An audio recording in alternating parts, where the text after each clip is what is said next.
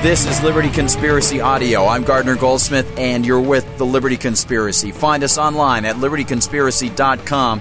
Join our forum, and if you get the opportunity, check out the people who support us. The people at Freedom Book Club, making freedom a bestseller. The Freedom Book Club gathers people who back individual liberty, allows them to nominate books each month that they think should be given a little more attention by the readers out there, and it helps promote them, both with sales and more attention. It's freedombookclub.com. Check it out. Ferb, the man behind it, puts a lot of work into it, and I think you'll like the idea. Also, like to thank the folks at freekeen.com. Freekeen.com provides audio, video, and blogs chronicling the transition to a freer society in Keene, New Hampshire. NH, and they are doing great things in Keene. It's freekeen.com. And I also want to thank the really great folks at SAKL, SAKALCAI.com. SAKL CAI is a company that's been around since the 1950s and provides large companies the opportunity to get what is owed them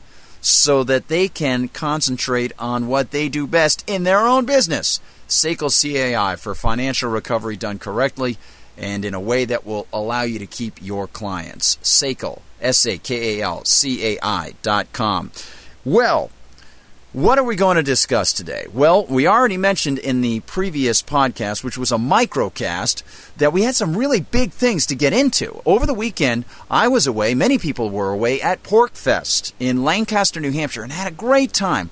I indicated in the previous microcast how appreciative I was of all the really great people who did wonderful work at PorcFest. And if you didn't get a chance to go, if you weren't part of that little scene, man, try to drop in next summer or stop in this winter or early spring to the Liberty Forum, which is also put on by the Free State Project.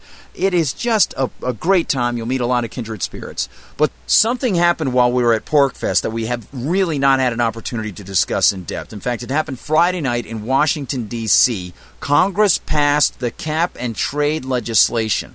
This is one of the worst bills that they've ever come up with, and it's crucial. It's really important that we look into it more in depth.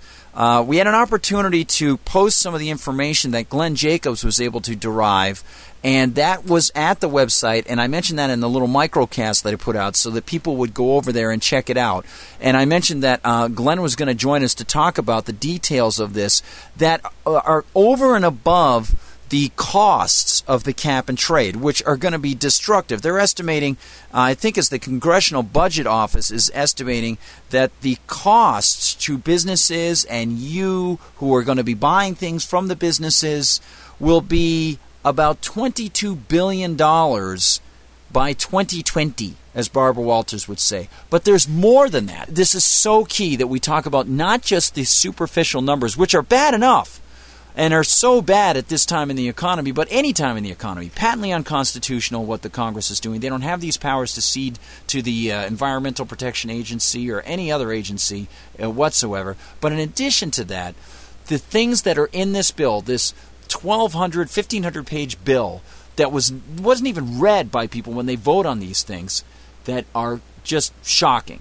And I want to turn now to the man who started to tip me off to these things. He's Glenn Jacobs. He's with us right now. Go to adventuresofcitizenx.com. That's the website to find out his ideas on freedom, and I'm glad he's sharing his ideas on this proposal right now, which has yet to go through the Senate, so you can still contact your senators on this. Glenn, thanks for joining us, buddy. How you doing? Hey, thanks, Guard. And you know what happened in Washington on Friday? What's that? I have a name for it. It was the anti-pork fest.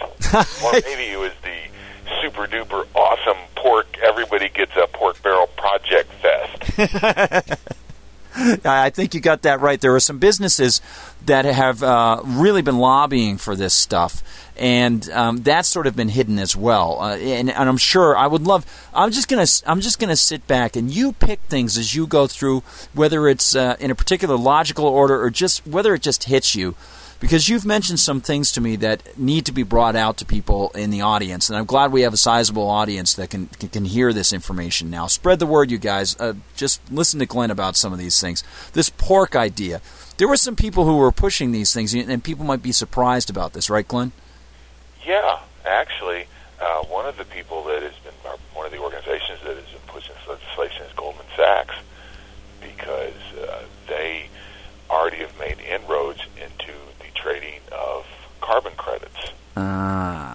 Interesting. A fellow, I'm going to butcher his name, like Matt Talabi or Talabi, wrote an interesting article for Rolling Stone about how Goldman has engineered or been a very important part of many of the bubbles that we've seen since right before the Great Depression, including the stock market bubble of the 1920s.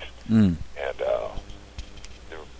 he speculates that part of the reason, well, not part of the reason, he speculates that Goldman's interest in propagating cap and trade is to make a whole lot of money by getting on the ground floor of the carbon credit trading scheme. And it is a scheme. I mean, anyone that thinks this is any sort of market-based solution is out of their minds.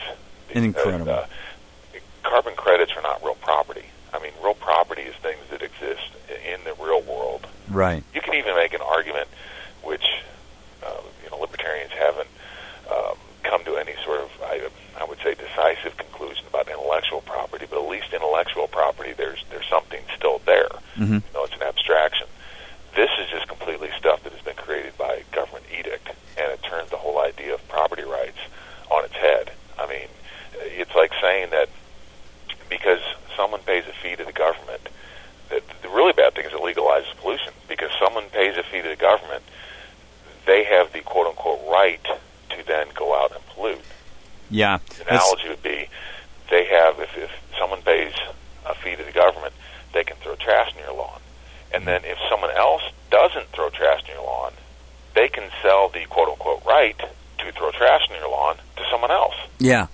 Yeah, that's excellent. It's the most absurd thing ever, and it would never exist in a true free market. And the free market alternative to dealing with pollution, of course, is litigation in cases where there's actual harm caused to individuals, yep, as well as a strict respect for actual property rights. Absolutely right. And we would have a much cleaner world if the libertarian solution was adopted, because the greatest polluters in the world are always governments, and this is just another form of fascism, in that it gives the government sovereign immunity to pollute. It gives that to select politically connected companies and organizations. Wow, it's incredible. It's good the way that you flip this around, because a lot of people would say that, these are limitations that are being set up by the government, and they are. They're arbitrary limitations being set up by the government. If people in the free market might want to allow for more emissions to be put out, if it turns out that by putting out more into the atmosphere, people's lives are helped in other ways. They would have more money left over to end up cleaning up their environment down the line. There are all sorts of different calculations. You could contract with people to say, in a free market, that this level of pollution is acceptable, yeah, that it would be voluntary by both parties. It wouldn't be just the government saying this level is acceptable because we say it's acceptable. Right, exactly. And the other thing, and I've mentioned this before, the other thing that bothers me greatly about this, Glenn, is this totally twists the idea of tort claims, tortious claims, and I'll mention it again for people who might just have joined us and might not have heard the previous productions, but the tradition coming out of British common law for a claim for damages is that you have to be able to show some sort of standing. So in the old-time courts, you have to be able to show damage. The judge would decide whether or not you had standing, and you would go to court. Government can't be a claimant for damages. It has to be an individual. Governments aren't individuals, therefore they can never be claimants for damages. And yet we get the governments now moving in a priori based on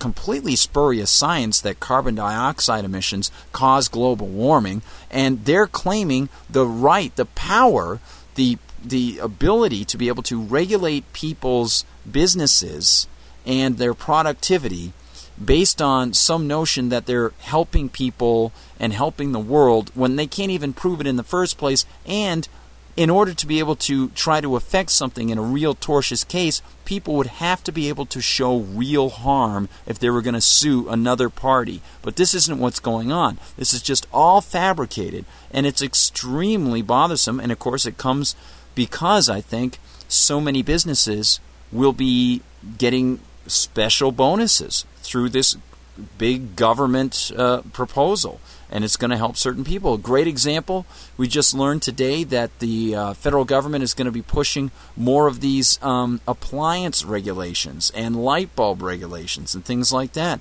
The sorts of things that will see General Electric make millions and millions of dollars with their compact fluorescent light bulbs. So clearly, this has nothing to do with cleaning the environment. It has